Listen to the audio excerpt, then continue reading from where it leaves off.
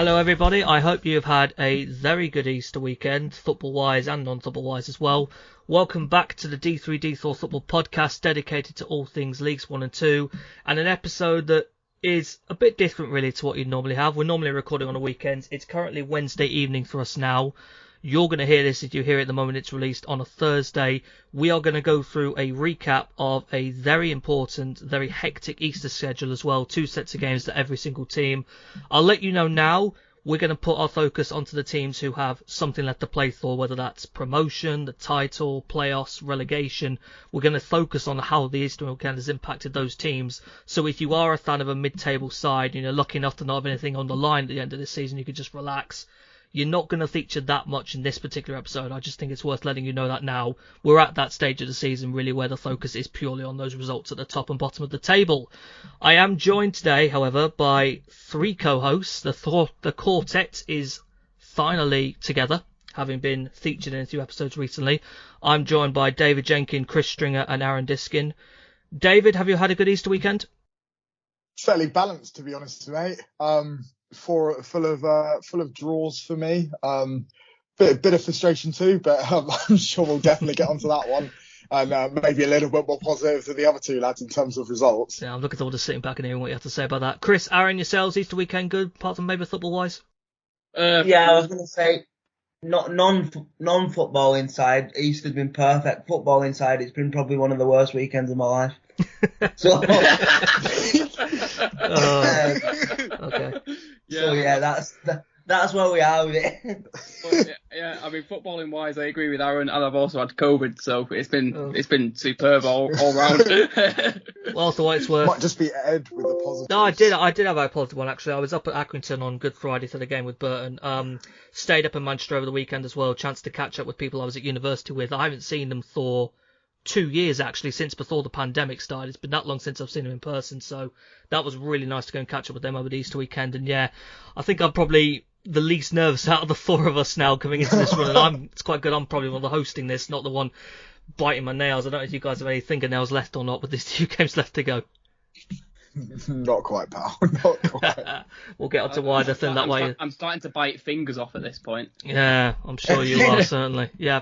A reminder before we get going as well, this podcast is in partnership with The Big Step, which tackles football's relationship with gambling. There is an excessive presence of gambling adverts within football, and The Big Step continues to do great work to raise awareness about the dangers of gambling and the impact it can have on so many people's lives. This partnership we've had with them this season has been fantastic, and we really hope it carries forwards as well. So, let's get going, and we're going to begin with the world's best 3rd tier. League 1. So, a different format for this. I'm going to go in order, basically, of the League 1 table, starting with the top sides, working our way through them. We've got 13 teams we're going to cover in League 1, focus on the games of. That's 8 up at the top, 5 down at the bottom. And I'm going to begin, boys, with the top 3. And I think this sums up the division so perfectly. The top 3 currently, Wigan Athletic, Oldham United and Milton Keynes Dons. They had 6 games over this Easter weekend. They won 1 of them, drew 1 of them and lost the other 4. Can that sum up League 1 any better than this? And the team currently top of the pile are Wigan Athletic, who had one of the better Easter periods, you probably have to say. They picked up 1 point from the 2 games. They began with a Saturday game at home to Cambridge United on the Sky cameras, lost that game 2-1. I have to say, from a Cambridge perspective, I thought they put on a magnificent performance, particularly in the first half. Some excellent goals, particularly like the Sam Smith header for 2-0 as well. Dimitar Maitar being called upon as well to maintain that lead for Cambridge and see out the 3 points. Really good performance on Mark Bonner's side against the Wigan team, who I think the Sky cameras might have maybe thought was about to confirm promotion on the day, but that didn't happen. That was Wigan's first defeat in 9 league games as well. Coming into the Tuesday as well, they went to Ipswich Town to play Portman Road. Another opportunity to secure promotion. We're still waiting for it to be confirmed, boys. They had a 2-2 draw, a brace to Will Keane against his former club. He's now joint top scorer in the league on 23 goals, continuing an excellent season for him. But 2 Ipswich goals, one from Connor Chaplin and one from Sam Morsey, mean it was a share of the points. And as I say, the promotion not yet confirmed for Wigan, although Chris, you would have to say really with results involving the other top 3 sides going their way as well in a way, it's only a matter of time before they get that promotion confirmed, really. Yeah, I think they're very, very fortunate that the other teams also decided to have the Easter off. I did ask who out of League One wants to go up this season. I think I had some Sheffield Wednesday fans telling me we'll have it if no one else wants it. Well, yeah, I mean, it does kind of look that way. But yeah, I think that you'd still have them as favourites on 88 points, 5 points clear of MK Dons at third, and still an extra game on MK Dons. But yeah, I mean, it's not what you want when you're trying to see out the season. Having said that, I do like when Sky turn up somewhere trying to watch, champions be determined and it going completely the other way. Yeah, I think since remember they had that on Good Friday as well with Fulham against Derby. They were expecting Fulham to confirm promotion to the Championship, and Derby ended up beating them as well. So it is nice when that little twist comes, certainly. David, Wigan's last 3 games, they've got Plymouth Argyle at home, Portsmouth away, Shrewsbury Town away. Couple of decent tests in there. The Plymouth game looks very interesting, certainly at the weekend, but you have to feel they're still in the driving seat, as Chris says, with that 5-point advantage over third.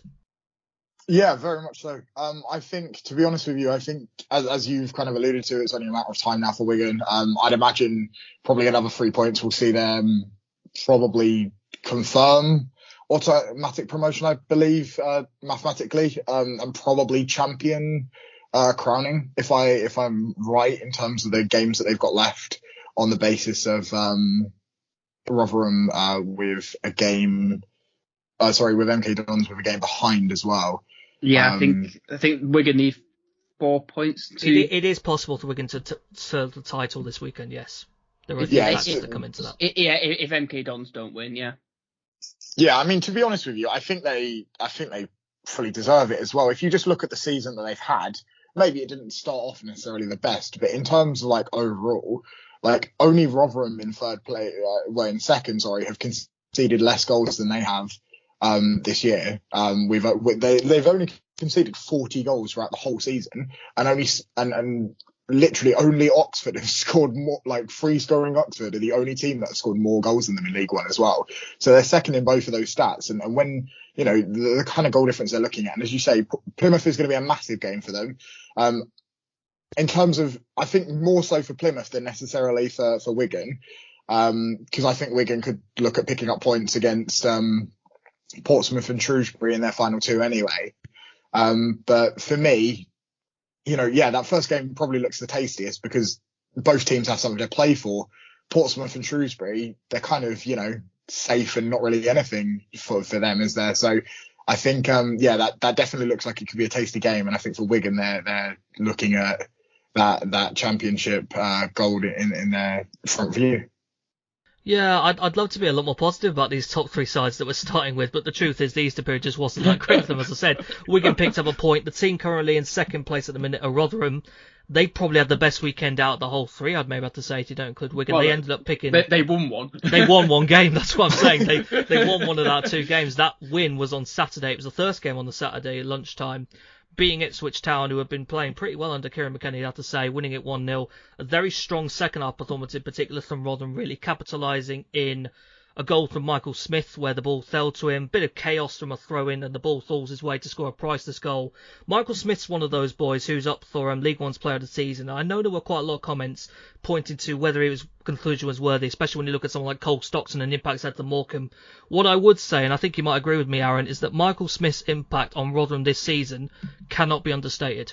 Yeah, I mean, if you look, so this weekend that was his 25th goal of the season, and obviously, them goals are proving like gold dust for Rotherham at the minute, especially with the state of the top 3 at the minute. And it's just, I think that game, especially going into it, obviously, with that being Rotherham's first win, was it in 4 or in 3, I think? It's their last win in the most recent 5 games. Yeah, and obviously, I think that's the first goal in a month as well, isn't it? So it's that is a massive goal, and it could be a massive result come the end of the season, definitely. The last win was against Lincoln. It was. They've only won 2 of the last 9 games, actually, and the part of the reason for that is because on Tuesday they came to the Pirelli Stadium to take on Burton Albion, and I've got to say, having been there in person, I can understand why they've been the form they were. It was a pretty poor display, really. Burton were one of their best performances for a long time, capitalising on a couple of set-piece opportunities, getting an early goal for Cameron Baltic-Jackson, sealing it in the second half through John Brayton, who's Burton's top scorer at the moment of the active players currently there. Rotherham, since the 1st of March, have picked up 1 win in the 5 most recent games, 2 wins in just their last 9. They collected 8 points. They're one of the most out-of-form teams in the league, boys, with Oxford at home, Sunderland away, and Gillingham away left to go. You're certainly feeling nervy with MK Dons over your shoulder, aren't you, Chris? Well, I'm feeling nervy, but also, as you sort of mentioned before with Sheffield Wednesday fans, I'm even looking towards there with the form they're on. I mean, MK Dons having lost 2 wouldn't fill me with that much confidence in an MK Dons fan. Yeah, not ideal at all. No, MK Dons is who we'll bring on to actually. I'm going to group MK Dons with Sheffield Wednesday, and a big reason for that is because those two played each other in that final game on Saturday, and Sheffield Wednesday blew them away in the early parts. They were 3-0 up inside the first half, initially scoring through Cider Berahino and Lee Gregory. But then for the third one, David, all I've got here for the note on the third goal is Barry Bannon taking the P. That's the note I've got. If you haven't seen this goal from Barry Bannon yet, I don't think words do it justice, really, do they? No, but I just think he's just channeling his inner Cole Stockton, isn't he? with how he's been for the entirety of this season. Like, I think that's all he's doing. But I think this was a big game for both of them in some respects. But again, probably more so for Sheffield Wednesday. But then I have to disagree when people are saying for them to be towards the automatic places, because I just don't see it. Like, I don't think, in my mind, MK will do enough and can probably pick up points against Morecambe. Like, if they pick up the 3 points against Morecambe, then they're probably in those places, especially given the form of Rotherham, and they've got 2 very tough opponents and Gillingham. So 2 very tough. You thought you could sneak that in and we wouldn't hear it, yeah? No, for sure. I think that Oxford and Sunderland are going to be really difficult games, because both of those teams are just outside the playoffs, pushing for those positions. But those games are not going to be. They're not going to be easy games for either team. And Oxford and Sunderland are 2 of those teams that both still have something to potentially play for. So they're not going to give them an easy time. And with the form that Rotherham are in, I'm not suggesting that they won't. I have no doubt they'll hit the playoffs, of course. Like, they can't not, but I don't think they'll hit the automatics. But then again, I don't think Sheffield Wednesday have got enough. Like, they've been 2 on and off this season for me to make those automatics. And I just think that the teams ahead of them probably have a bit too much for them in terms of making it into those places. They've hit form at the right time and have an extra game on. That's MK the thing Dons. for me. That extra game, if they win that, they're already a point behind MK Dons and Rotherham, even though Rotherham still got that extra game as well, as we should say. So there's the potential for it. Certainly, part of the reason Sheffield Wednesday are probably in this conversation is because of their other win on Tuesday night, beating already relegated Crewe by a lone goal. It was a lone Lee Gregory penalty, although Sheffield Wednesday had plenty of opportunities to extend the lead even more. A couple of really bad misses from Cider Berahino. I quite like this comment I saw under the YouTube highlights. They've seen this. I've put this. This is under the Sheffield Wednesday v Crewe highlights on YouTube, and I saw someone describe Wednesday's performance as being like cheese sandwiches without a good pickle, a good filling filled, but not your usual favourite. I really hope someone phoned in to praise or grumble to mention that. Oh, I hope they would, yeah. I think that kind of that's probably the best way to sum up Sheffield Wednesday, really, that they weren't at their best, but they're picking up the points. And at this stage, that's so crucial. Couple that with MK Dons' defeat to Oxford as well at the Castan, which we'll get into a bit more detail later on in terms of how impactful that is on Oxford's season as well. Wednesday look the barnstorming team at the moment, you have to say, don't you, Aaron? 8 unbeaten now, 5 wins and 3 draws in that time. Wycombe away, Fleetwood away, and Portsmouth at home to go. The quality shining through at the key time of the season. Yeah, I have to agree. And like if you look, Lee Gregory's hitting form as well at the minute, which I think is important.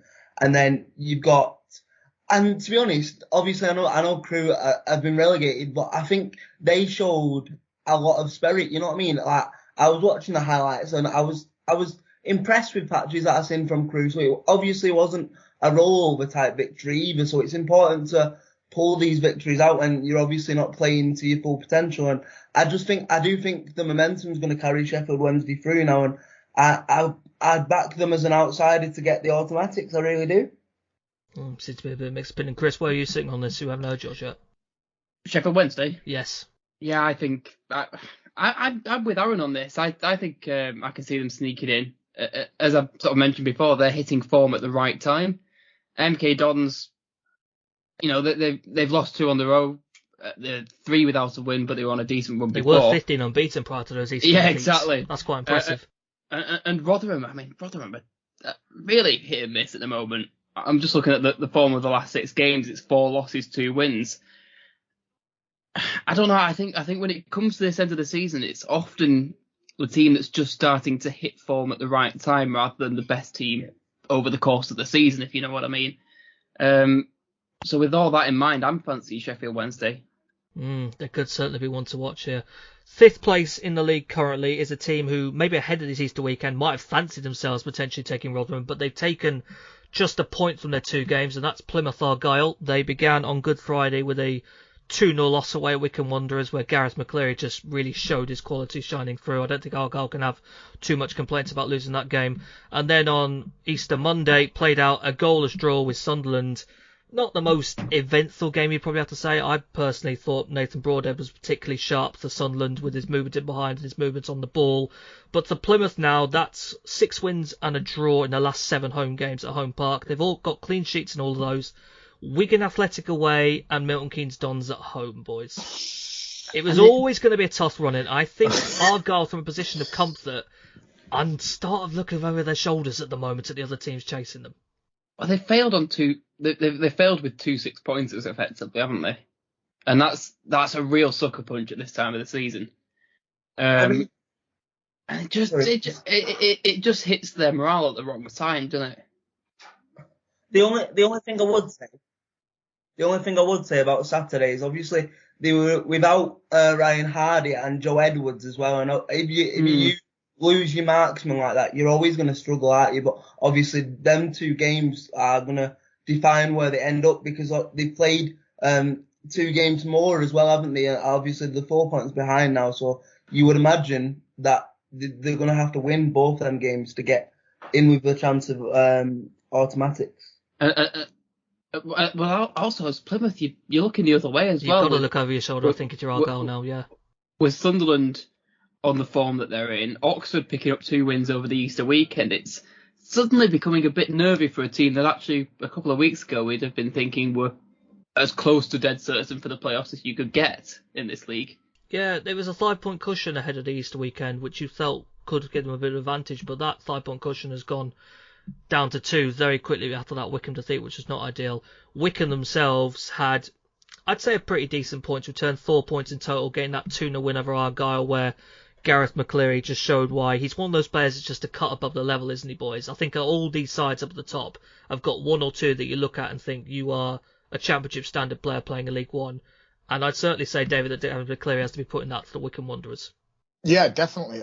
To be honest with you, all of these teams at the top are, I mean, obviously they're there for a reason, aren't they? And I mean, they're all sort of, for me, in most seasons in League One, you would have thought that the vast majority of those teams would be nailed on. You know, if you had, say, 3 or 4 of those rather than the 6 or 7 that we've got this year, you'd probably expect them all to be sort of automatics or up there with the squads and the teams they've got. And I suppose that just shows how ridiculous this league is this year with just the teams we've got. I mean, some teams that we probably didn't even expect to be up there, but we kind of find ourselves here now. But it's just, it's very crazy, and you're absolutely right. There are some very, very good squads here, and it's just, I think I saw a tweet from Gabriel Sutton that said that the points total that a lot of the teams in the playoffs are currently on would be good enough for playoffs in, was it like 9 of the last? It's 10? every season since 2010-11.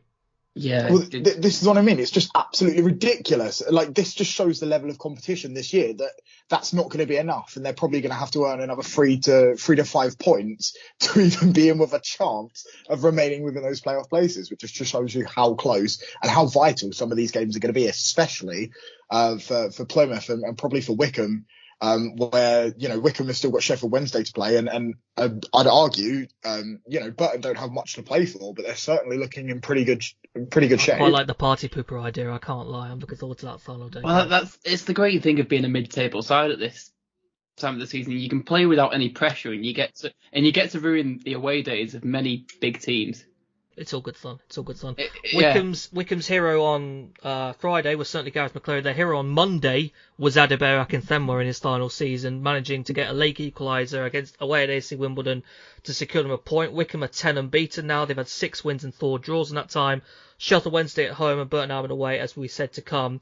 But the one they've got to keep an eye on alongside the others is Sunderland, boys. They picked up 4 points over that Easter weekend. A 3-2 win over Shrewsbury Town on Friday. Another late winner. This is ridiculous how Sunderland are doing this now. Each of the last 5 wins have seen Sunderland take the lead with 80 plus minutes on the clock. They took the lead in the 82nd minute against Fleetwood, the 84th against Crewe, the 95th against Gillingham, the 89th against Oxford, and now the 92nd against Shrewsbury, having been 2-0 up and seemingly blown a 2-0 lead. And it looked like Tom Flanagan against his old club was going to be the story of this game between Sunderland and Shrewsbury. But Nathan Broadhead, Aaron, is a man in absolutely fine form for Sunderland at the moment. I think it says a lot, doesn't it? It's sort of that champions mentality, I think, that you can go behind and rely on getting goals so late in games. And I think now that they've got that mentality, I think it's something that's serving them really well. And obviously that's a 5th win in 6 games. And for them to pick up 20 points in the last 24 available, that makes them probably the most informed team in the league right now. And it just seems to be falling into place at the perfect time for Sunderland. And obviously they've had the troubles for the last couple of years, so it seems to be finally happening, and the cards seem to be turning the right way. And I think, like I said, if you can score late and do what they're doing, then it's always going to stand you in good stead, isn't it? Yeah, we always talk about form going into the season, and funnily enough, the 2 teams with the best form in the last 10 games are both Wycombe and Sunderland, who have picked up 6 wins and 4 draws from the most recent 10 games. Sunderland, Cambridge United at home, Rotherham United at home, and Morecambe away are their final 3. Boys, I know it's hard enough trying to guess the outcome of this playoff race, but is there a sense maybe, Chris, that Sunderland, with their ability to win games late on and a general unbeaten run, could be one to watch at this final 2 games? I refuse to make predictions about Sunderland anymore after the last few years.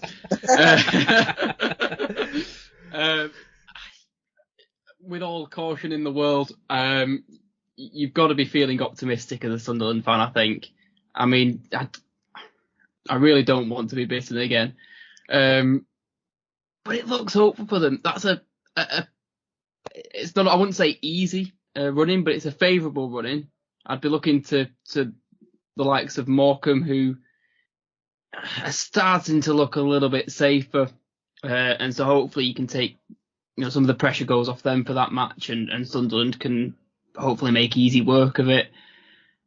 Yeah, screw it. Why not? They're going to replace Plymouth in the playoffs. Right, that's Sunderland staying in League One next season. Yeah. Sorry, Sunderland. Sorry. We blame this on Chris if it goes wrong, boys. One final team in this playoff race that we have to talk about, and I know James is listening, so he'll get the chance to hear it. Oxford United, boys, had a brilliant Easter weekend. 6 points from a possible 6. They beat Fleetwood 3-2 in a game where they were 3-0 up at 16 minutes.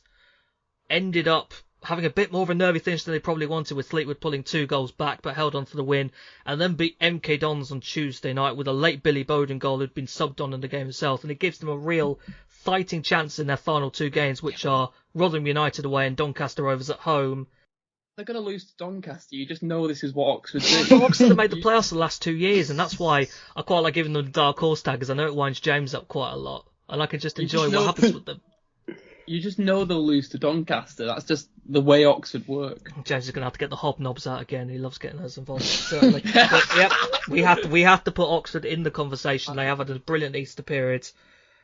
They're an outside push, but there is a lot of quality, as we're saying, in that race at the top of League One. Down to the bottom, 5 teams to talk about here. The one highest up at the minute is 19th place Morecambe. Morecambe, David, have had an outstanding April. Just the whole month. They started with a 3-0 win over Burton, beat Oxford United 2-1, narrow loss away at Cambridge United, beat Charlton 3-2 on Good Friday, and then stoppage time equaliser from Jonah Ayunga to get a point against Portsmouth. Since coming back from this international break, they picked up 10 points from a possible 15. It's gone brilliantly for them at a perfect time in the season. Sadly, yes. Yeah. Impartial, boys, impartial. Well, yeah. He No, was they've- going on about how impartial he was earlier. no. To be fair, they have looked wonderful, and I think we all know that for me, I don't think it's the only contributing factor, but I think the main contributing factor is the fact that you've got a team that are probably safe now. I would go as far to say that they're probably safe, and you've kind of got. I can't actually remember a season, and I don't know whether you boys can, but I can't remember a season in recent times where a team that potentially is a relegation contender has a striker with 23 goals, 4 assists, and 27 goal involvements with 2 games to go, and where half of those have been absolute screamers from the opposition. I still maintain that the League One goal of the season call could just be him. We'll have that and the Barry Bannon goal. We'll just go with that. Yeah. And we'll just play with that. But yeah, It's Stockton just is gonna on be a 23. Stockton The highlight star reel, on the isn't it? Charlton win, I have to say, was Arthur Nahur as well, with a great pair of goals, one on the left foot, one on the right foot, and Jonah Young again, that late equaliser against Portsmouth. The only comparison I can think of is Oldham last season scoring the stupid number of goals, but of course it wasn't one player. It's just been an unbelievable season for him. It has been unbelievable, and the target for Morecambe was always safety, and they put themselves in a prime position, certainly, and with 2 games left, 2 tough games, you have to say, MK Dons away and Sunderland at home, there's every chance of it for Morecambe, certainly every chance. It's in their hand, and that Easter weekend puts them in a really strong position. I really wouldn't be surprised to see this bottom 4 stay as it is now. Am I wrong in saying don't Fleetwood have a game in hand? They do still have a game in hand, and that's where it gets interesting. But it's the opposition they're facing at that point, isn't it? Yeah. It is. Yeah, who's the game? Who's It's the game in hand Sheffield against? Wednesday at home. That game in hand. Next Tuesday. That's not. It's not ideal, is it? Talking about But it's Fleetwood. the game next weekend. Speaking about Fleetwood, and David, you're going to enjoy this one. I'm going to group Fleetwood Town with Gillingham. Gillingham had a 2-2 draw with Cheltenham on Good Friday. A pretty decent performance. Twice taken the lead, twice pulled back. I really like Ben Reeves' goal, I've got to say, to make it 2-1. A lovely left-footed finish. Cheltenham continuing a fine season with Holmesthorne playing a big part as well. Keane Teti getting the late equaliser to them. Fleetwood picked up just 1 point. That defeat to Oxford on Good Friday not helping them. And the point between these two was the 0-0 draw on Monday. David, I've got to say, assessing this, looking back, looking at some XG charts, it feels like Gillingham probably had the better of this in terms of the higher quality chances created, But the big talking point with this game is a 50-50 between Charlie Kelman and Paddy Lane in the middle of the park, where both players got a red card for it. I don't think I've ever seen anything like that before.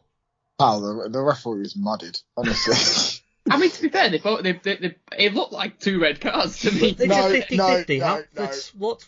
Yeah, I've never seen a 50-50 give 2 red cards before. Yeah, but if both players are endangering the safety of each other, then it's a red card. How many 50-50s have done that in the past, though? I'm sorry, but this is where I've got to put my foot down. Having been there and seen it on the replay angle and seen it live, I am fuming that Charlie Kelman got a red card here. Like, to be quite frank, when you're after the decision, when you are then going to give a free kick to Gillingham, like, you cannot give out 2 red cards at that point and then give the free kick. That's either a drop ball or something else. That's not a free kick decision. Like, that is baffling to me. Like, on top of that, firstly, we also need to talk about how Charlie Kelman has not scored to make that not even a real talking point within this game. But that obviously being this 50-50, for me, if you go back and watch the replays and you watch it slower down, then you can see that I'm doing exactly that right now. Right. So you can see that Paddy Lane has come in, and the angle he's come in, his legs and his studs are up and they're heading straight for Kelman. Kelman's legs swing round and the momentum is carrying him towards the ball. His legs are not facing straight towards him with the intent of injuring, whereas Paddy Lane's are. Paddy Lane was on 100% a red card, in my opinion, and this isn't even a biased standpoint.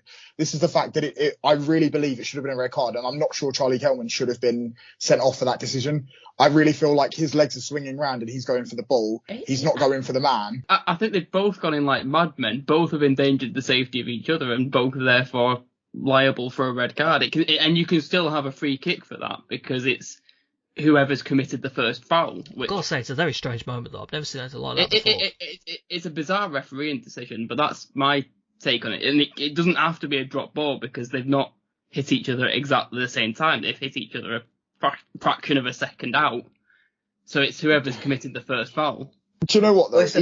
Even negating that 50-50, though, I think my biggest issue here is the fact that there's 2 games that we arguably could have got more. We should have probably have got more than just 2 points out of this. And even the game on Monday, it was down to the fact that I was at the game on Monday, and we had a chance to put this kind of relegation potential, like, you know, getting ourselves out of that position to be 1 point between us, and a chance to, you know, put ourselves in control of our own fate if we had won against them. But the problem is now we rely on the results everywhere else. Not only are we relying on the Fleetwood results, but potentially Morecambe results, and to a lesser extent the Wimbledon results. But it's the fact that now we're kind of relying on everyone else, and, you know, all we can do is sort of continue doing what we're doing. But the big talking point in terms of the sending off for me means that we've played with that strike partnership for the vast majority of this season certainly since January. That's been our strike partnership. And then once Charlie Kelman's gone off, granted both teams are down to 10 men, but it's completely lackluster because the way we play Vidane Oliver is to play him to knock balls on to Charlie Kelman or to another runner. And obviously that just doesn't work if you don't have that. So then now we'll be relying on an academy prospect when you now face Portsmouth away and Rotherham at home, regardless of how poor form Rotherham are in. That is not a good prospect when, sure, you can defend, but if you can't score, it means absolutely nothing when you're in this position. Yeah. Not ideal then. You have to say the point doesn't change anything. There's still a point between Gillingham and Fleetwood. Gillingham just outside on 40 points. Fleetwood inside on 39. But Fleetwood, as we say, have got that extra game, and they play ASC Wimbledon this Saturday, who we'll get onto in a moment. Oh, this is a very tough relegation battle to call, you have to say, with Gillingham, as you say, having to go to Portsmouth and hosting Rotherham. Fleetwood having to host Wimbledon, host Wednesday in a game in hand, and then go to Bolton on the final day. Nails are going to be bitten, aren't they, boys? Yes. Yes. I mean, it just sums up League One as a season, I think. For it to be, like, I've never known a season where it's so tight across the division in, like, general, both at the top, in the playoff spaces, and at the bottom. It's crazy, and it's going to be a crazy finish to a crazy season. I'm sure we say that every year. I think we do. I can still remember a few years back a 12-team relegation battle at the bottom of League One. I think it was 18-19. I just want to say that I miss fighting League One relegation battles. Hey, you're doing it in League Two. It's fine. That's why I missed the League One. That's why I missed the League One ones. I will say though, can we also refer to the fact within this that Fleetwood, 2 massive games. Obviously, there is the point that they've obviously gained away with Gillingham, but also the fact that next Saturday, sure, they have the game in hand to Sheffield Wednesday, but the biggest game that is definitely worth talking about, and to mix Fleetwood Town and Wimbledon in here, that game is pretty much after the draw that they've obviously had the other night for Wimbledon. That game is probably going to decide whether they stay up or go down, isn't it? Well, it's 2 teams that can't hold on to leads. And that's why I say, and it's really worth getting onto AFC Wimbledon, as we say now, because they have had not a great return, you have to say. And the one that really hurts me, I think, from a Wimbledon perspective, was the Good Friday game away at already relegated Crewe Alexandra, where you go a goal up through Sam Cosgrove, but then Sam Cosgrove sets up Mikhail Mandron with an awful back pass to the Crewe equaliser, and Crewe go and win it 3-1, winning it right at the end on the break to seal it through Basala Sambu. That felt, I've got to say, having seen that felt bleak for Dons, because you look at the opportunity there against a Crewe side that have been terribly out of form, already relegated, and to lose to them as well. And they followed that up on Monday, where they're leading again against Wycombe Wanderers in front through Jack Redoni, and let another lead slip. They are now 25 league games without a win, 26 in all competitions. There have been 12 matches in this run where they've dropped points from a winning position. They've no one to blame here but themselves, boys. Do you not think the more concerning thing here, though, lads, is the fact that somehow, even with a 25-game winless run, they are still in contention. Well, they had a decent start. That's the point. This winless run has dragged them into it. I'm just wondering if I can work my way onto a new expedition, go back to Antarctica and come back. I still and can't see believe you have been to Antarctica and they still haven't won a game since you come back. This is ridiculous. They've got 2 last chances to pick up a win for the end of the season. Fleetwood Town away on Saturday, Accrington at home on the final day. there's the potential there with them, you have to say. But whilst performances have improved, this inability to hold on to leads is making me really concerned about them, Aaron. Really concerned. I mean, I feel as in, like, I feel Wimbledon could be like one of the, well, they're definitely my picks to go, just on the basis of that run and the fact, just think of like the morale, like the psychological morale that must be going through them players at the minute to go in. You just can't sum it into words, really, can you? And I don't know. Obviously, to maybe play devil's advocate a little bit, maybe the crew game. I don't know whether I buy into the notion, but a lot of people always say once you're relegated, you start playing with a little bit more freedom, don't you? Yeah. So you do. maybe that happened, and maybe crew deserved the win. But it just looks a hopeless situation for Wimbledon at the minute. And like I say, if I had to pick my favourite, it'd probably be Wimbledon. I'm sorry to any Wimbledon fans listening. Well, they are 4 points adrift of 20th at the moment with 2 games left. It is looking bleak for them. It's looking even more bleak, though, for the final team we've got to talk about in League One today. Doncaster Rovers, who picked up 1 point from their 2 games. They're gone, aren't they? They are gone. It's as simple as that, really. They played Bolton on Good Friday, lost it 2-1. They were initially behind to Amadou Bakayoko, equalised through their Loney Odebeko, and within a minute Bolton were back in front up at the other end with Kieran Sadlier. A really painful defeat again, just a real indictment really of the whole season. And then on Easter Monday, they found themselves 3-0 down to Shrewsbury Town at New Meadow at half time, at which point I looked at them and thought, well, that's it, they're gone. But credit to them, they pulled it back and actually got a 3-3 draw out of that with a stoppage time equaliser from Carl Noyle. Probably a bit of that you'd have to say is Doncaster improving in the second half, but also Shrewsbury just collapsing from a position of real comfort. But it's a bit weird to get a 3-3 draw, but know that it's still not going to be enough, really, is it, boys? They are 6 points off Gillingham with 2 games left. They've got to win both those games to even have a chance, and that's before you look at Fleetwood and Gillingham not picking up points in most of their games. And on top of that, they've got to make up a 17-goal difference swing. It would take some. I'd be impressed if they did it. I mean, hypothetically, they host Burton on Saturday, Chris. I'll be there. They could win that 5 or 6-0 and still go down because of results elsewhere. Oh, that's the horrible thing, isn't it? It's a depressing situation to be in, especially a club that seems to have cemented itself pretty well in League One over the last few years, and it's just died a death. It's very poor 18 months for them. Very poor. Yeah, it has. It's been dire. But I almost said that maybe they'll go down and rebuild and come back up, but I said that about Oldham, so. Yeah. Doncaster Rovers relegation not confirmed yet, but feels pretty much like it will be at the weekend, and we'll be talking about that more on next Sunday's pod. Let's drop down and take a look at the world's best 4th tier. League 2. League 2. I've got 15 teams, I believe I'm going through here. I think I've counted this right. I'm just going to make sure. But we've got a ton in that promotion playoff battle, which has been so exciting throughout the whole season, and then the relegation battle as well, which might already be done. If we're being real. I can hear through Chris's crying. Yeah, I think we'll get onto that. But we're going to start, boys, with the league leaders, Forest Green, who had a very weird Easter period, you'd probably have to say. Starting off on Good Friday with a game up at Barrow, which they casually lost 4-0. Bastards. We're going to get this all the time, aren't we?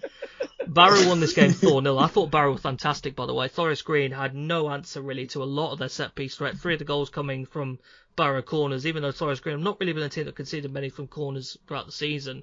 A stunning result for Barrow, which we'll get onto in their thoughts of survival. But Forest Green bounced back then with a 2-0 win at home to Oldham on Easter Monday. Regan Hendry with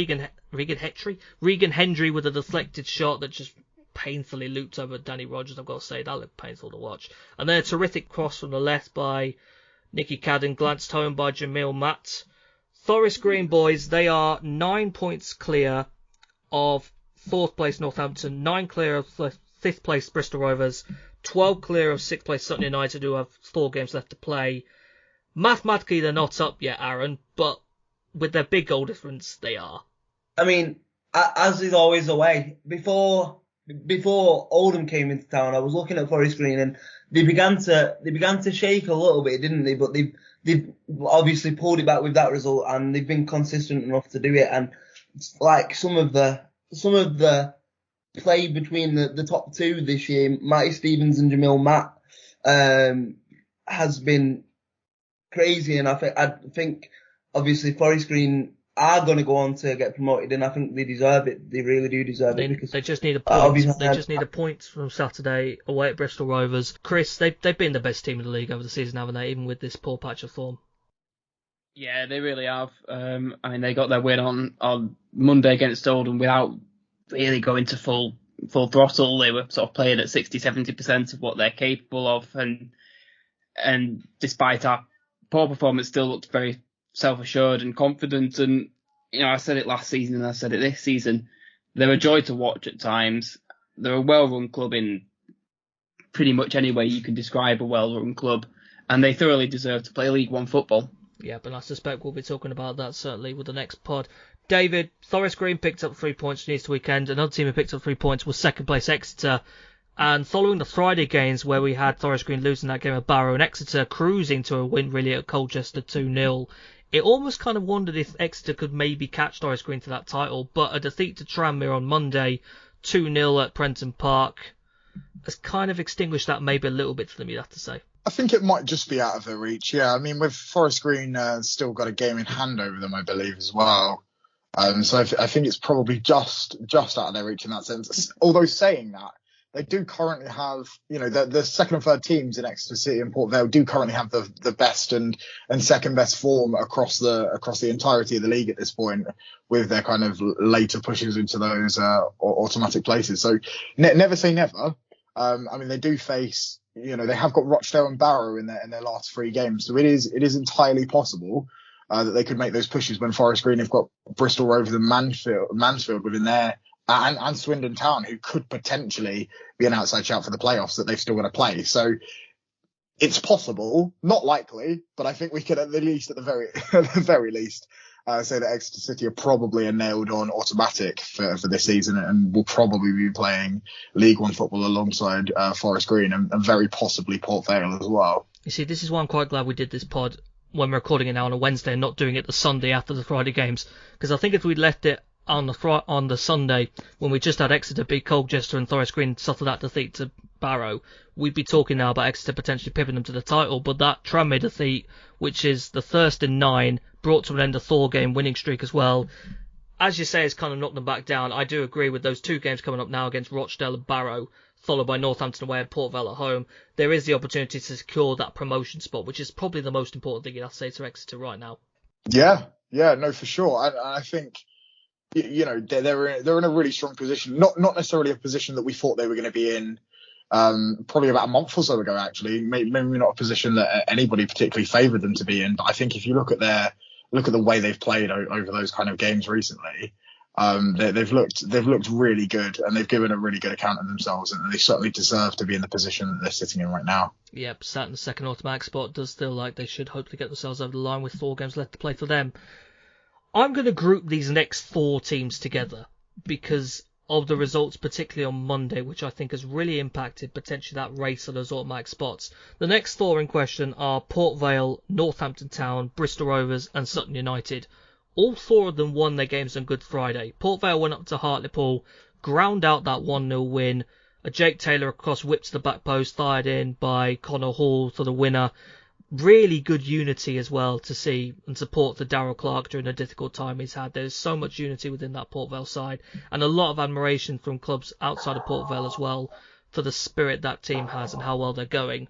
Northampton beat Oldham on Good Friday away at Boundary Park, a 2-0 win. A Hoskins free kick knocked in by John Guthrie for his 7th of the season. Him and Horstal together have a combined 15. They played a really big part. Josh Appiah setting up Louis Perry as well for 2-0. Really good result for them and another clean sheet for them. Bristol Rovers hosted Salford and got a 1-0 win on Good Friday. A game where both Tom King and James Belcher were quite busy saving shots, but the man of the moment for Bristol Rovers, certainly at the moment, has been Elliot Anderson, who's on loan from Newcastle United, who I've got to say, boys, looks a cut above the level, really, with his ability, whether that's attacking midfield or out on the left. And Sutton got a win on Good Friday as well, away at Mansfield Town, who themselves have been pushing to promotion. A really good performance from them, initially taking the lead after Omar Bagil latched onto a Tharon Rawson mistake. A floated cross stumped in by Ajiboye for 2-0.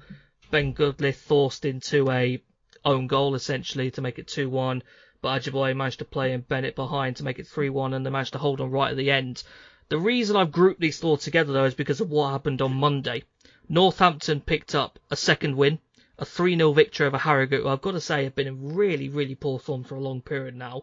It's quite a good thing this season's coming to an end for them because they've not been good at all. They won 3-0. A pair of goals of Sam Hoskins, both set up by Louis Apiri, who got a goal himself. Northampton, David, 21 clean sheets from their 43 games so far. They lead the league still. Second place is Tranmere with 19. That defensive space we talked about before as being really important, but has this last couple of games shown there's a bit of goal scoring quality in them as well, would you say? Yeah, I think they've got a bit about them, but I think it's probably too late to start bringing that out. You know, it's all well and good having those clean sheets, but if you're not scoring as well, then it somewhat negates the ability to defend if you can't also push yourself forward. You can't win a season with complete draws, can you? Or you know, I suppose shutouts you could. Could you stay up with a game of complete draws? Well, you'd 46 draws, 46 points. 46 draws. Most seasons keep you just about up, right? Statistically, just about, but I don't know if you'd want to test. Sorry, I'm getting massively sidetracked just thinking about that. Sorry, that's completely off topic, but yeah. There's a football manager simulation in there somewhere. I'm sure there is. It'd be quite fun to find out whether that could work. I'm just thinking that, you know, that they've been, as you say, very, very good defensively this season. I'm just not sure that starting this late in their attacking output that it's going to be worth it. And with Port Vale with the best form in the league at this moment in time, I'm not sure. Like I don't know about you gentlemen, but I just don't see anybody else beating them to that spot. I see everyone else probably, you know, I see Northampton, Bristol Rovers and Sutton United probably comfortably sitting in those playoff places. He says now with them all so close on points, but I just, you know, I feel like if you'd asked me this 2 weeks ago, I'm sure everyone listening knows that I would have absolutely no idea because of how ridiculously close it is. But I think I've got a bit more of a kind of idea now where I think Port Vale are doing enough and are in a strong enough position to put themselves in that sort of space. But then again, when you look at the fixtures that are coming up, it kind of blows it wide open again, doesn't it? With Port Vale facing Walsall, Newport and Exeter City, and then Northampton facing Orient, Exeter and Barrow in the next couple of games. Yeah, and I think the game that really blew this open was the one on Monday at Vale Park between Port Vale and Bristol Rovers. Vale were ahead within 2 minutes through Jamie Proctor, just kind of chesting Harry Charles' ball into the net. But before our time, Bristol Rovers had turned the game on its head. Another goal for Elliot Anderson, who's been so impactful in this season. I'd maybe say he's been one of, if not the most impactful January signing anywhere in the whole EFL. He has looked truly a cut above the level, and I suspect he's going to be playing a lot higher up. I think there was talk that Luton Town were pursuing him during the January window. Now, do you see where Luton are in the Championship? That should tell you everything about how good Elliot Anderson can be, and it's reflecting really in how he's performing for Bristol Rovers. They went ahead through Connolly towards the end of the first half, getting onto the end of a free kick. Rounded off right at the end with Ryan Loss sent clear and just lifting it over Aidan Stone to spark jubilant scenes in that Hamel Road stand for the Bristol Rovers crowd. A really good win for them.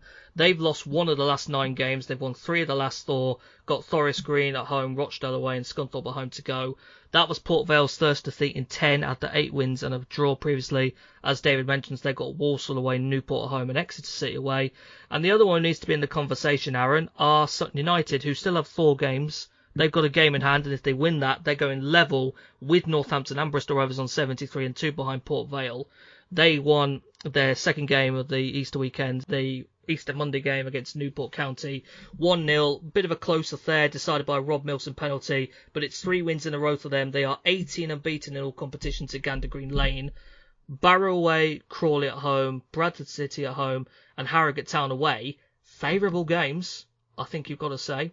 Yeah, I mean, very, very favourable games. I think obviously that Newport result, beating Newport was massive for them because of obviously where they were in correlation between themselves in the league. But yeah, definitely favourable. And just to go back to just Port Vale, just a quick second, I actually believe that if I'm a Port Vale fan, I'm feeling quite nervous at the minute because obviously with that Bristol Rovers result, especially like now, it's even Bristol Rovers could catch Port Vale. You know what I mean? Please no.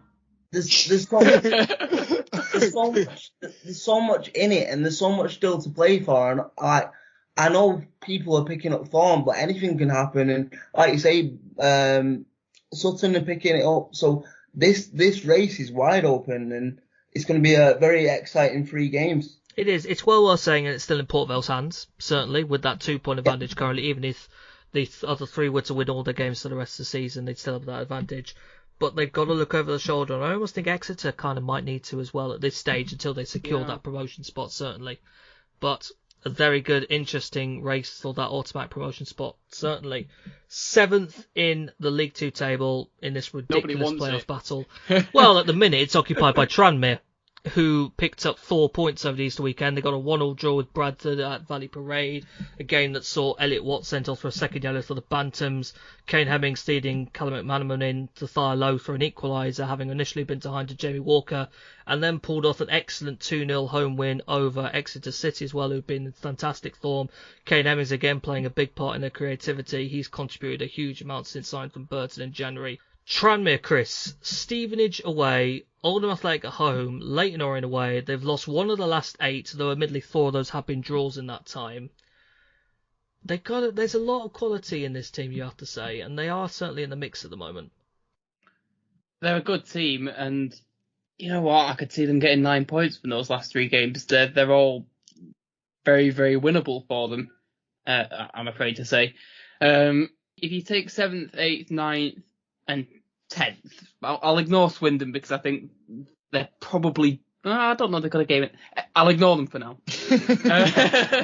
None of them have wonderful form. None of them are particularly going, yes, I really want 7th place, are they? But Tranmere for sure have the most favourable running, having to play... Well, it's Stevenage, Oldham and Leyton Orient. So what's that? 22nd, 23rd and... Leyton Orient 13th, they're on a bit of a duff at the moment. It's favourable for them. You'd fancy them. It is favourable, and they picked up a little bit from a point where I felt quite unconvinced by them, and they might take advantage of the inconsistent form, as you're saying, at the other sides. And one of the inconsistent teams are the team in 8th at the moment, boys. Mansfield Town had a horrible Easter weekend. 2 defeats from 2, beaten at home to Sutton United in that game we've already mentioned, and then went up to Carlisle, beaten 1-0. Now, I've got to say, that Jamie Murphy goal was over the line, as far as I'm concerned. I really don't think there can be a debate in this, as far as I'm concerned. I think there's some people trying to talk about the overhead angle. Well, no one gets access to the overhead angle anyway. We can see that ball has crossed the line. I feel very unjust about not being allowed that goal after a well-worked move. Carlisle get the win, though, through Amari Patrick goal, who's been in flying form himself, but it's a sucker punch again for Mansfield, picking up 0 points from a possible 6. They have Crawley Town at home, Stevenage at home, Salford City away, and Green Rovers at home.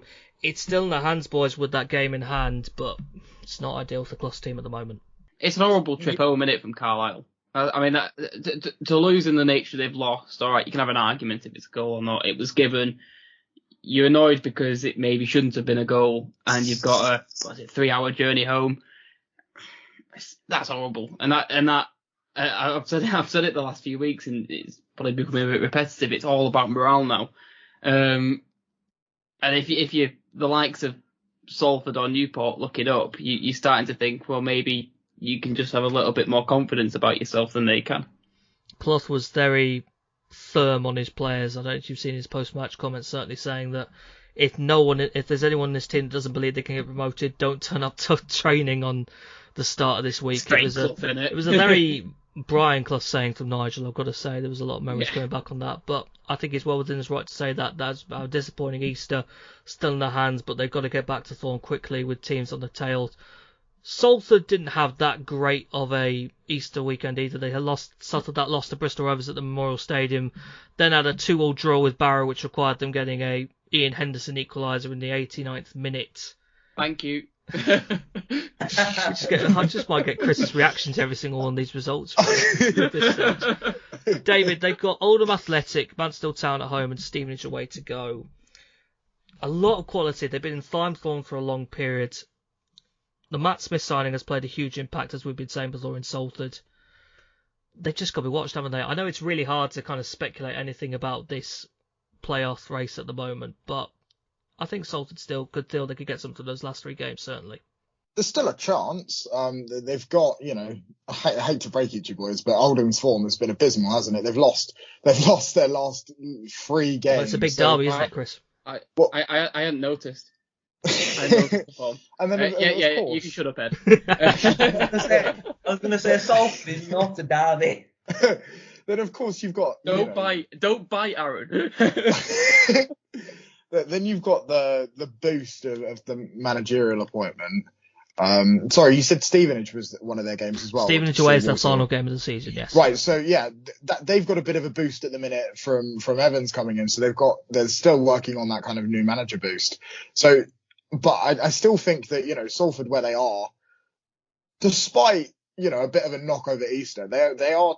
I think the one thing we forget sometimes is that these games are so back to back as well. Like they're very close knit. Like whether it's League One or League Two, they're just so close knit. It's a very much a whole squad sort of situation here, isn't it? And I think the games moving on for all of these teams are going to be a bit more spaced out, and I think that probably suits Salford more than it does Oldham or Stevenage. I think, to be fair, I think Stevenage are probably going to come at them a bit more just on the basis of they'll probably feel. And well, I'm sure we'll come to this a bit later. For me about whether Stevenage have anything to play for on that final day. I think they'll be okay. Give us some credit. Give me some hope, please. I mean, I have to be honest, Chris. I have to. Sorry. They've got a game in hand, haven't they? They've got a game in hand over you guys. But I'm sure we'll get to that in a minute. But I think Salford still have an outside chance. But I'm not sure. Probably. I disagree with Chris a little bit. I think Swindon, they're only a point. There's only a point between them and Newport, and there's still 4 points between, and they've got a game in hand. So there is a possibility. I just, I don't think it's a likelihood. But I think there's always a possibility for those places. But Salford, could they do it? Could they not do it? They might, but I would have them more favourable of a just outside push if I was a betting man.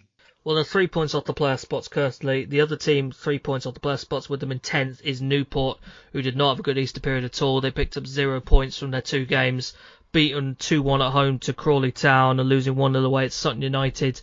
They've had 1 win, 1 draw and 4 defeats in the last 6 games. They've been in bad form at the wrong time really in their period.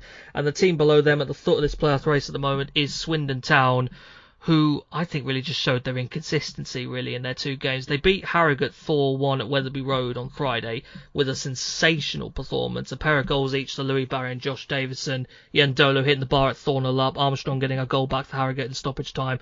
That was Swindon at their best to me. I thought they were fantastic. And they follow it up on Monday with a home defeat to Leyton Orient. To an Omar Beckles brace, Hector Cipriano sent off the 2 yellows in between the 2 Beckles goals. They get one back through Josh Davison, but it's another defeat to them. It's really frustrating from a Swindon perspective at the moment, hasn't it, Aaron? Yeah, it's too inconsistent now for me. And I know it's only 2 points, but like you say, you can't afford to have them consistency levels so up and down this close to the season. And I get it that sometimes it's harder to play against 10 men, or that's a notion, but somebody in their position, obviously going for the playoffs, you've got to be putting them away with 10 men. There's no excuse really, and yeah, I just think they're gonna be too inconsistent really to be able to push it on really. Yeah, a lot of frustration certainly, and Newport and Swindon need to pick up some form and time as we run out of games. A few games left in the season, see if they can get there. To the bottom of the table. Here we go. We'll start with the team at the top of this relegation battle at the minute, Barrow, who had, I think, a really, really good Easter weekend, you have to say. Starting off with that 4-0 win over Forest Green at Holker Street, which was fantastic. Taking the lead through Joe Grayson. 2-0 from John Rooney, Matt Platt getting ahead of some corner, and Aaron Amadi-Holloway scoring from a corner as well. That was still Brown's first win as Barrow manager, and you have to say it was magnificent. They followed that up on Monday away at Salford. 2-1 up heading into the final moments of the game, denied a win by a very scrappy Salford equaliser at the end, although you have to say, David, 4 points to Barrow in their situation is an outstanding return for them. Massive, absolutely massive. And I mean, I don't think any of us were particularly convinced by the Phil Brown appointment, but you know, it seems to be somewhat working. But those 4 points are I think, you know, no Barrow fan is going to complain about that. Certainly not a win against the league leaders who for most of the season were running away with this. And sure they'll probably be a bit hard run by. I'm sure any fan would be at a scrappy equaliser bar, maybe a Salford fan at this point. But yeah, I think, you know, that's probably I hate to say it really, but I think that's probably Oldham dead and buried just based on the point difference between Barrow and Stevenage. And I think that those kind of 4 points has probably given Barrow enough to secure themselves that League Two football next year. I wouldn't say dead and buried. I'd say on life support with someone digging the grave. Yeah, I think that's fair enough. Yeah, Barrow picked up 4 points. Stevenage did the same as well with a couple more favourable fixtures, I have to say. Got a 1-0 win on Friday with Scott Cuthbert getting the goal from a corner. Really important win for them. Got a draw with already relegated Scunthorpe on Monday. Probably not the best result, you'd have to say. Scunthorpe equalised with their only shot on target from Harry Bunn. But it is 7 points from Stevenage's last 3 games under Steve Evans. Tranmere at home, Mansfield away, Carlisle away, and Salford City at home to go to them. Certainly more favourable fixtures than Barrow's, which are Sutton United at home, Exeter City away, Swindon Town away, and Northampton Town at home. Although you've got to mention the Barrow, who have already had 2 tough fixtures and come out unbeaten from them. Yeah. Bit of confidence to those 2 lads, certainly. And the reason you have to feel confidence, boys, is Oldham Athletic, who picked up 0 points from my time to shine. Their 2 Easter games. 2-0 loss at home to Northampton Town, a 2-0 loss away at Forest Green Rovers. 3 defeats in a row, Salford City at home, Tranmere Rovers away, Crawley Town at home to go. Not mathematically down, boys, but this has been a horrible Easter period for them. Yeah. And I was sat at home. I watched both of these games on iFollow because I've been I was isolating for the Northampton one and I couldn't get over to Forest Green. And I was sat watching the Northampton game thinking we got relegated with them at the same time. And in that time period, they've been back into League One, dropped back down, and are now vying for another promotion to League One whilst we're sat effectively at the foot of the table. And we have dropped so far from where we should be. We've been mismanaged into oblivion, and we were just simply not good enough in either of those games. And it came off the back of putting up a decent fight against Port Vale, but again, ultimately just being not good enough. And I think we will go down now, although the optimist in me has decided to buy tickets to the last 3 matches, although part of that's to share my displeasure with the owner. I think we're down now, and it's just we are the 23rd best side in League Two. Mm-hmm.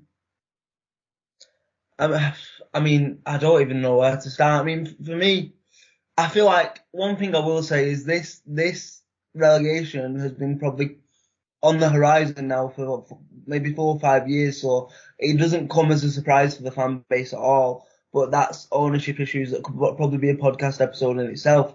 But moving on to just purely results, I feel like the Northampton game, I mean, what a time to put in arguably probably the worst performance of our season, and we've had bad performances this season, and like that to me, that was marked as our worst. There was just nothing there, no fight, no passion, no determination. And I think when you're in a dog scrap, they're the 3 basics that you want your team to show, don't you? If we're not going to get the results, you just want a bit of fight and a bit of passion. And I was there at the Northampton game, and I just felt like the players just weren't trying for me. It's almost like they'd sort of given up.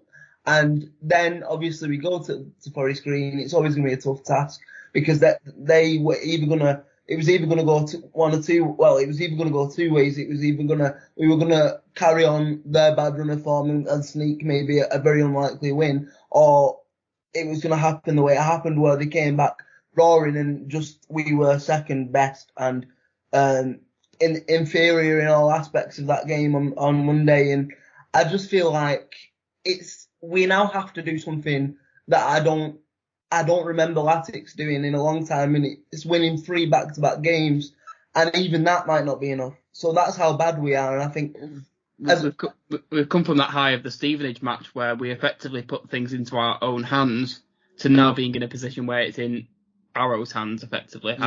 I think Stevenage will comfortably stay up. Stevenage and Barrow are both 4 points ahead, and they've got a game in hand as well. Yeah, and it's now in their hands. I think Barrow in particular, it's in their hands, and that's not a nice position to be in now. And John Sheridan, he in his post-match interview at Forest Green, he basically said he was gutted to see Oldham in this situation, and we've made it difficult for ourselves. Individual errors, missing 3 penalties in the last few games. I mean, I don't know why Christopher Misserley was taking a penalty against Forest Green, and it's just brain-dead decisions like that. We don't get the basics right, and Aaron is absolutely spot on. We don't fight enough. There are several players in this team that have already signed contracts with other teams for next season, and I think that says it all when you're in a dog scrap like this. To me, what nailed the coffin, or if that's even a saying, I don't even know what I'm trying to say, but what was the end point for me was when, obviously, we went 2-0 down at Northampton, and then probably the most experienced player of the pitch, and probably arguably our best player of the season, which isn't hard, to be honest, goes and punches a fella and gets himself a 3-game ban. You know what I mean? He lost his head. He just totally lost his head. And now we're the ones reaping the disadvantages of that. And like, I think, for instance, I think Will Sutton will have a semi-decent career. I think he's good enough to definitely play at this level. But now you're asking a 19-year-old to be part of a defence where you've got to go and keep clean sheets and win 3 games on the bounce. You've now got a 19-year-old and someone that's taking injections to get through the last few games. Yeah, to me, it's just stupid from somebody you would expect to be a senior pro, a senior head, and he's very good, Pigeon. Don't get me wrong, he's had a good season, but he talked not long ago on BBC Radio Manchester and said, I'm not going to be the first captain in Oldham's athletics history to take one to non-league. Well, in fact, the game after, he's just probably put the nail in the coffin of us going down by just losing your head, like Chris said, and it's just them decisions and them things that go against us, which probably equate to us deserving to go down. I would say it absolutely kills me, to be fair. It does break my heart, but when we run like this and we've probably got, I'd say, a bottom 5 maybe National League team on paper, it's everything you deserve, really. We're set up for another relegation, effectively. Yeah, it is a bleak feeling, certainly, around Oldham. And there is one more team we do need to cover before we bring this episode to an end, and that's Scunthorpe United, boys. Scunthorpe United's relegation has been confirmed to National League. If we're being truthful, I think this is probably one of the easiest predictions we could have done all season. Yeah. Scunthorpe United going down. They were relegated on Friday, in fact. Monday's game didn't even matter for them. They lost 3-0 away at Leyton Orient on Good Friday. It was certainly not Good Friday for them. They were 3-0 down inside the first half to Paul Smith, Theo Archibald and Real Sotirio. Scunthorpe have been in the Football League for 72 years. They've never fallen into the league before. They've played in Football League throughout. They've had times in the Championship, League One as well. They finished back-to-back playoff finishes in League One in 2016-17 and 2017-18. And since then, they have finished 23rd in League One, 20th in League Two, 22nd in League Two. It's going to be 24th in League Two. David, it's a horrible decline that has just been coming for a long time, really, hasn't it, with the way Scunthorpe have been run? It's hard to know what to say for either one of these teams, to be honest. As much as I jest with Aaron and Chris, I'm not usually one for being speechless and not having many words to say, as you're all aware. But when you look at two teams who have such a rich history, and it comes down to 7 years between them in the Football League. Exactly, and it comes down to, I would argue more off the field issues than on for both of these teams, and just to realise that they're both going to be moving themselves down into the National League next year, it's mesmerising how. I think this is a conversation we have a lot of weeks as well, and regardless of regardless of footballing pedigree on the field for either team, it's really, really sad to me that there's an increasing correlation between ridiculous decisions off the pitch and the ability for teams to be able to perform on the pitch due to the incompetence, let's say, is probably the strongest word I can use to stay PG, but the incompetence of ownership across, this isn't just for obviously these two teams in League Two. This goes for teams in League One, and to some degree, of course, a couple of teams that we could say in the Championship, as some of our listeners would be aware, and of course you guys would be aware too. But I just think it's really, really sad, isn't it? Not just for these boys as Oldham fans, but just the fact that we're looking at teams here that have such rich history. And I'm not saying history is everything and that should completely allow teams to just, they shouldn't just be allowed to go somewhere and stay in that position based on their historical history. This isn't the European Super League by any measure. But it's just so sad that these two giants of the footballing world in their history have come to the point where it's not even down to their abilities itself. It's down to, as both of the gentlemen have alluded to, it's down to poor ownership on both fronts. And it's a really sad reality here. The only difference between Oldham and Scunthorpe, ultimately, we've both had terrible owners for a good few years now. We've both been dire in the league. The only difference is 12 points thanks to John Sheridan. And that really is all it boils down to. Mm-hmm. And I said it earlier, and this is absolutely no disrespect to Sutton or Forest Green, because they have absolutely earned their position in the league through good decisions on and off the pitch. But it's so depressing as an Oldham fan to look up and see Sutton and Forest Green vying for promotion while we're set to drop into non-league. And actually, you'd say of both Oldham and Scunthorpe, we will struggle in the National League if something big doesn't Aaron, happen. you'd have to say at the moment, there's probably not a worse time to launch the National League at the moment with the strength of that league, the finances. You look at the clubs competing at the top now, Stockport, County, Wrexham, some of the ones even below. It could be a very, very long time till we see these clubs back in the Football League again. Well, it wasn't too long ago, if I remember. I was listening to the Price of Football podcast, and I'm sure Kieran Maguire touched upon it. He said something along the lines of, our current playing budget this season would equate to the 6th worst in the National League. Yep. And to me, that breaks my heart all over again, because,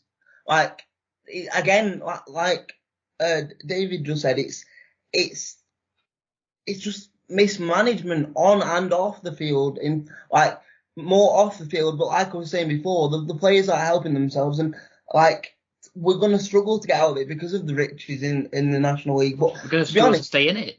Yeah. To be honest, if I can just say, I don't know whether Chris will agree with me, but I'm not even very confident at all that we'll have a club in the summer anyway. I think we will. I don't think the club will go bust, for the simple reason that I think it serves the owners to keep the club alive with this battle for the stand and the stadium, which is a whole podcast in itself that we don't have time to discuss. I think we will have a club, but I don't think it will be a very strong club. Indeed, and that concludes our episode. I would love to have ended on a more positive note, but when I go table order, this is going to happen with these two at the bottom, and I think it's a conversation that's been well worth having, certainly. And my thanks to the three of you, David, Chris, and Aaron, for your contributions in this episode, certainly. Yeah, I'm going to go and have a stiff drink. Thank you for listening to this one. We'll be back at the weekend to review the Saturday games, where I'd imagine we're going to have a few confirmations at the top and bottom of both League One and League Two. And until then, goodbye.